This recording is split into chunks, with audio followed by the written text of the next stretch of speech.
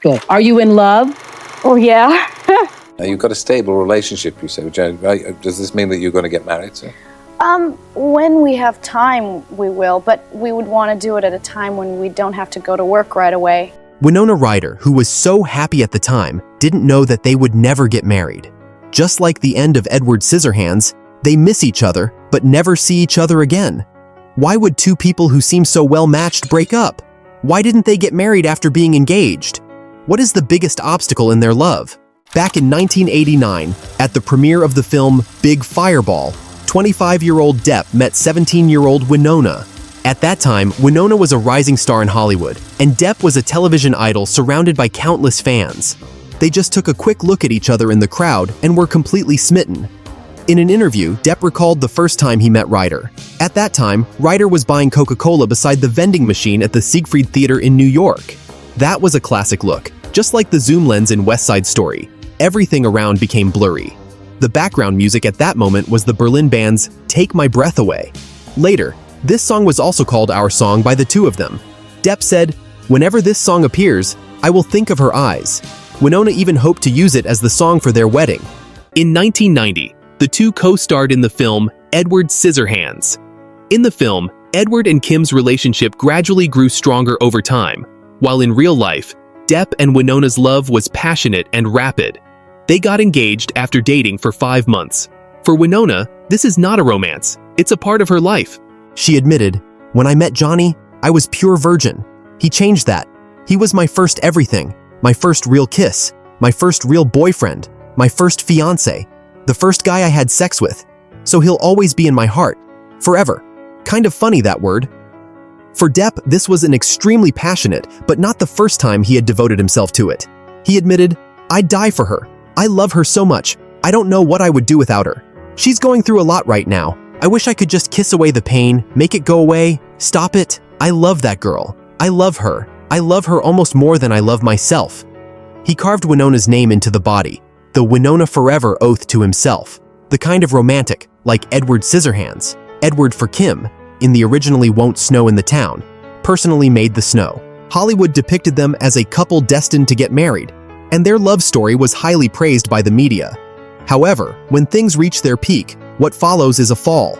Just as the two invited their mutual friend John Waters to preside over the wedding as the pastor, Winona's parents approached Waters, hoping that he would persuade the 19-year-old Winona not to marry Depp, who was 28, because she was too young.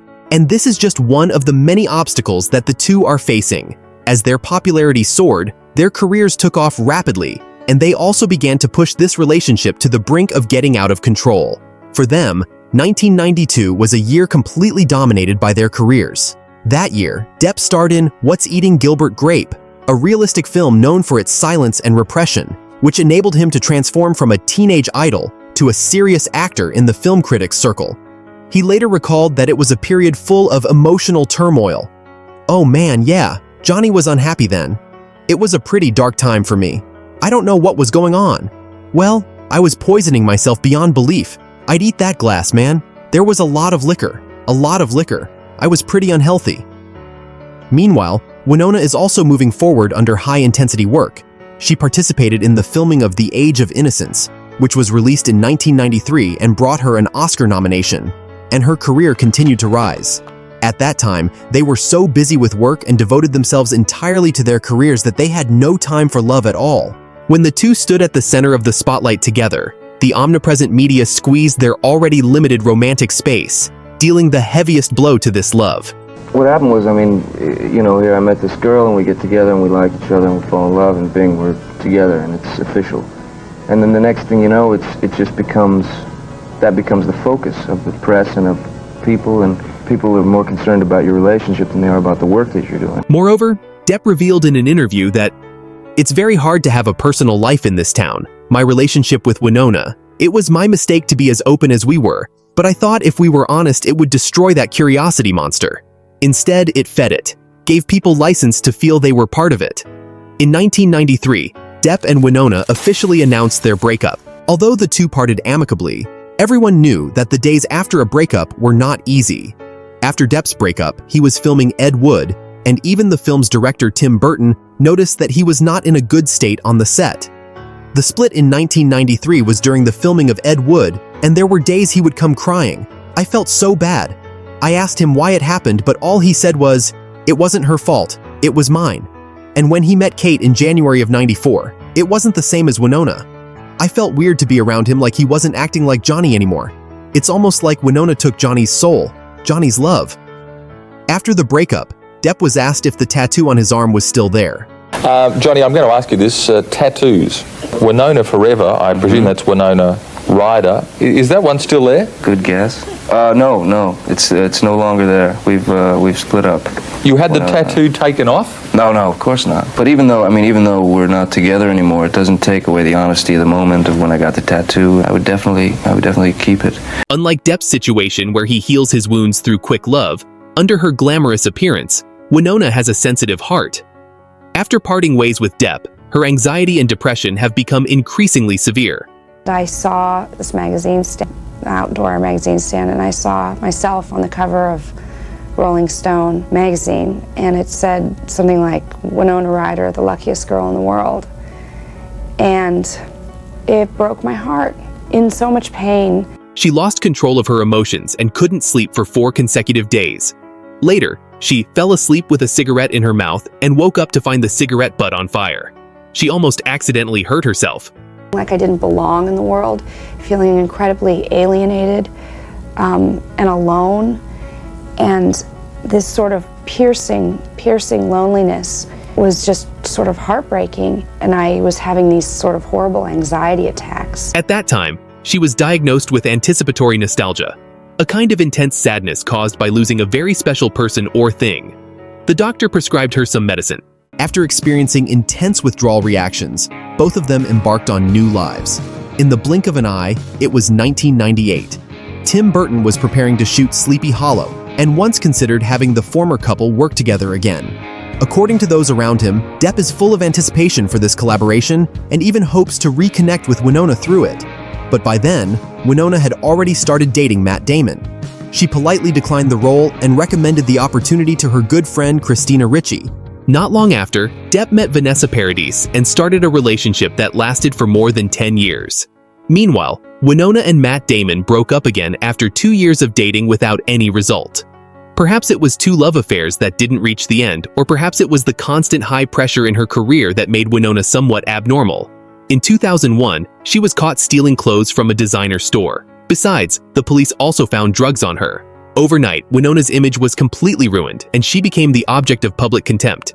However, when everyone had abandoned her, Depp was asked about it on the show. Instead of avoiding it, he strongly supported Winona. Winona Ryder. Have you ever spoken to Winona, especially in light of her recent controversy? Oh, I don't know.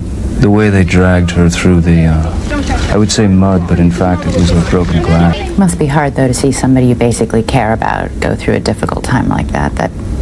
Yeah, but she's a good kid. She's also a very strong spirit. She'll make her way through it. Ultimately, Winona was sentenced to 480 hours of community service and a fine of $10,000.